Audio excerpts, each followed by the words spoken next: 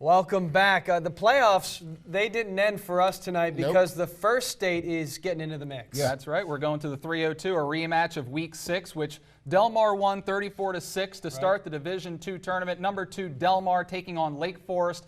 The reigning DSI Player of the Week, Damian Galindez, and the Spartans trying to reverse their fortunes in the rematch with the Wildcats. Opening kickoff, Lake can't field the kick, and just like that, Delmar has it. But first play from scrimmage for the Cats, Jacob Von Arx looking for the screen. Michael Brown picks it off and rolls 65 yards to the end zone. Lake would go up 12-0 after another score. A surprising start over in Delmar, but the Wildcats would settle in the second quarter. Jacob Von Arx hits his brother up, Hunter Von Arx, and Hunter does the rest. 32-yard touchdown, and we'd be tied at the break. Delmar fortunate to be tied at the break. Second half, the Wildcats taking control. Taquan Denard waving bye-bye on the 5-yard touchdown into the end zone. That was their first lead of the game. Next drive, Von Arx doing it again, weaving through tackles. 19 yards on 3rd and 14. Delmar goes up 2 scores. Now Lake would cut it to a 1-score game. One last chance for the Spartans. The receiver goes down. No call. The crowd is irate. And that is how things would end. Delmar would add another score and hold on to win this game by a final of 32-19. So what do we think after seeing that Delmar Lake Part 2? It seems like it was a little sloppy at the beginning. Yeah, but definitely. Delmar Trey, you were there. I'll let you start off. Yeah, well, I think that Delmar played very sloppy. They were very fortunate that it was only 12-0 to start the game. They come back out in the second half. Their first 3 possessions, I want to say, 3 turnovers. Right. First possession. You can't start a playoff game like that. You absolutely cannot. First possession of the second half, what do you think happened, guys? Turnover. They fumbled the ball again. Delmar cannot let that happen next week, whoever they play. Do you think it's a hangover from last week's giant win over Woodbridge? Sure. I'm not really sure what that was, but I'm sure the coaching staff will correct it. Can't let it happen throughout the playoffs. But I do want to say you're down 12-0 at home in the first round of the playoffs.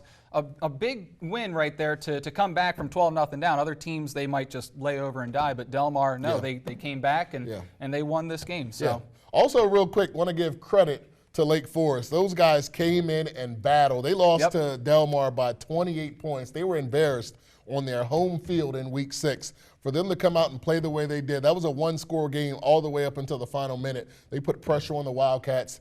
They are victorious tonight, even in a loss. All right, for more scores in Delaware, we're going to take it back over to the wall to Drew.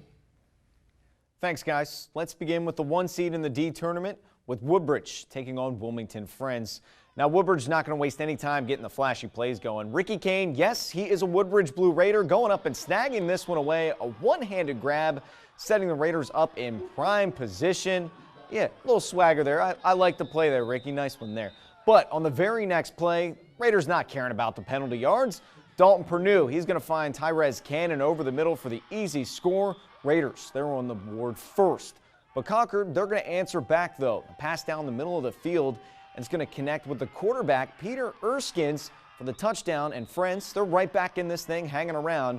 But Woodbridge was just way too much to handle in this game. They kept the chunk plays going, and they just kept moving things around as they move on in this game after a final of 24-13.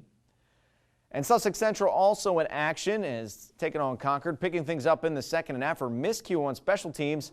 Concord's going to jump on it. So this would set things up on a Raider touchdown as Zion Larkins is able to hang on through the contact and get the score.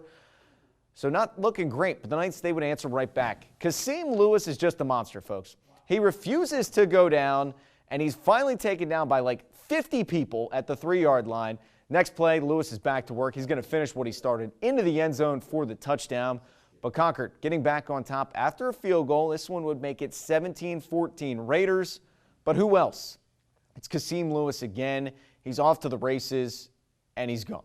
The difference maker in this game for Lewis, and that ended up being the go-ahead touchdown as the Knights, they would just close this one out with a 21-17 win. So a couple exciting finishes, guys. We'll send it back to you for some more scores.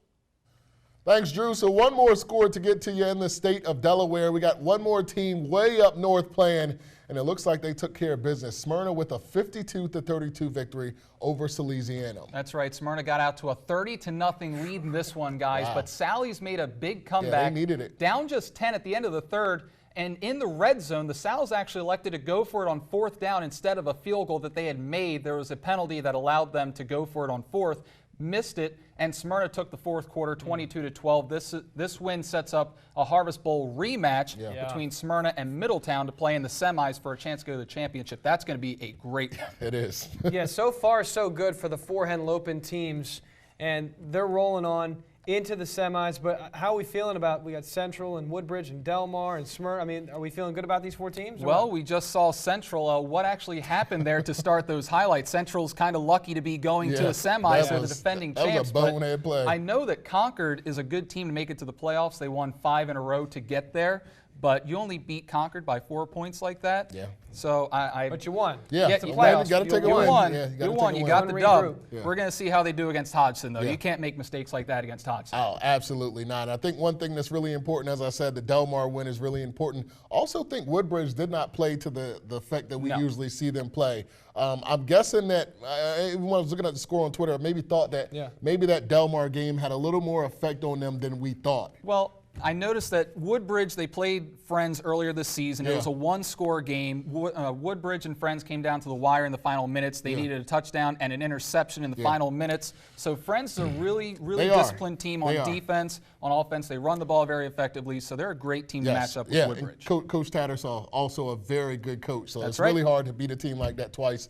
Give Woodbridge a credit. Some good teams, and unfortunately, we still have a lot of teams to watch. Still got Delmar live. Still got everybody live. All right, guys, thank you very much. We're going to take another break.